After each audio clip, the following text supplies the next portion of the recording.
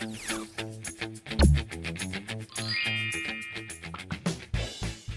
suis heureux de vous retrouver encore une fois avec TDC Group. Je suis Konaté Fona, sociologue, consultant, formateur et formateur en gouvernance associative et leadership civique. Je suis également chercheur, consultant en suivi et évaluation de projets.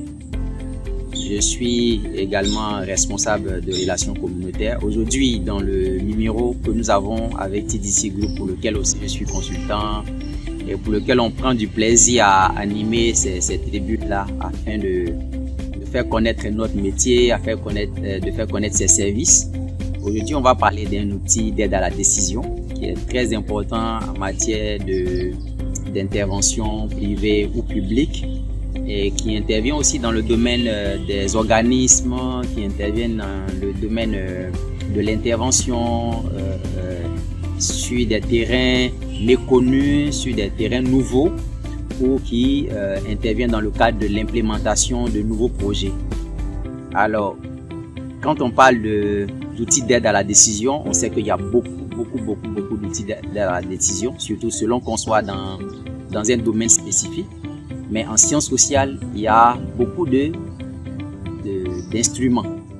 Et l'instrument dont on veut vous parler aujourd'hui, et que je prends la responsabilité d'ailleurs de vous expliquer, c'est l'analyse situationnelle.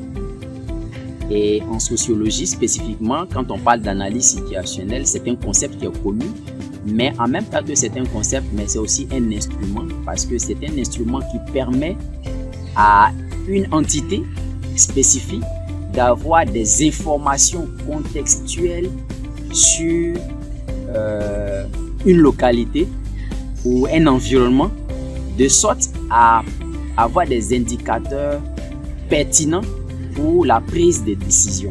Vous savez, dans la mise en œuvre d'un projet, la prise de décision intervient à plusieurs niveaux et pendant plusieurs étapes de la mise en œuvre du projet, au début à la conception du projet, au démarrage et à la mise en œuvre du projet.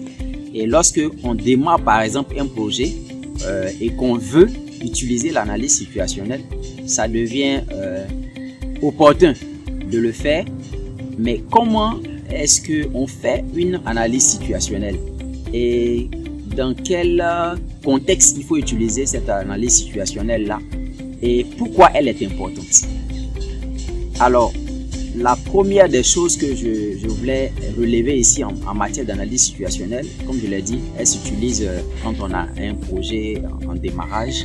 Et lorsque ce projet-là est en démarrage ou en cours d'exécution et que nous voulons prendre des décisions spécifiques sur la localité dans laquelle on travaille, on utilise cet instrument-là. Pour faire quoi? Pour comprendre dans un premier temps, peut-être l'environnement, on va dire un peu naturel, comprendre peut-être un peu les sites ou les atouts naturels de la localité, par exemple, dans laquelle on se situe. Et ce qui va permettre, par exemple, de savoir si la localité en question a une certaine mobilité, en fait, draine une certaine mobilité. On va savoir en ce moment si cette localité a un certain type d'activité économique ou génératrice de revenus. En ce moment, on va savoir si l'accès à cette localité-là est quelque chose d'acquis ou en tout cas de confortable ou pas. Et lorsqu'on passe à cette étape, l'analyse situationnelle encore va nous permettre d'avoir d'autres types, par exemple, de données. Quel type de données? Par exemple, en ce qui concerne les protocoles, les rites et les pratiques coutumières. Ce qui est très important, par exemple, quand on entre dans une communauté, parce que la coutume, les pratiques et les protocoles sont des mécanismes d'accès à cette communauté-là. Une fois qu'on connaît ces protocoles, une fois qu'on maîtrise les rites ou les usages en pratique, cela nous permet de savoir quelle est la démarche qu'il faut faire pour avoir l'adhésion des parties prenantes ou comment faire pour mobiliser ces parties prenantes-là dans la mise en œuvre de notre projet que nous sommes en train d'exécuter. L'une des dimensions qu'on pourrait avoir dans l'analyse situationnelle, c'est la question de de la collaboration. Bon, on va appeler ça comme ça un peu de la collaboration. Si vous êtes une entité, peut-être un organisme ou étatique ou privé, mais vous voulez comprendre comment les populations avec lesquelles vous allez travailler ou la localité dans laquelle le projet va être exécuté, comment cette communauté-là comprend ou perçoit votre organisation, et si elle a eu peut-être déjà à travailler avec votre organisation, qu'est-ce qu'elle pense en matière de qualité du travail, en matière de rapport avec les communautés, en matière de positionnement dans le domaine dans lequel vous exercez.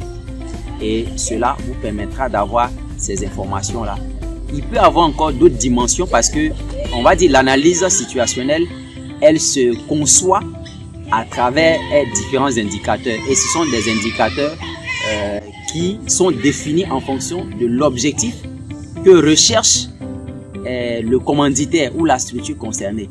Et si ce besoin-là concerne par exemple la question des infrastructures, l'analyse situationnelle vous permettra de faire un tour d'horizon sur les infrastructures existantes et quel est l'état de fonctionnement de ces infrastructures-là et quel est le besoin à combler au niveau des différentes communautés.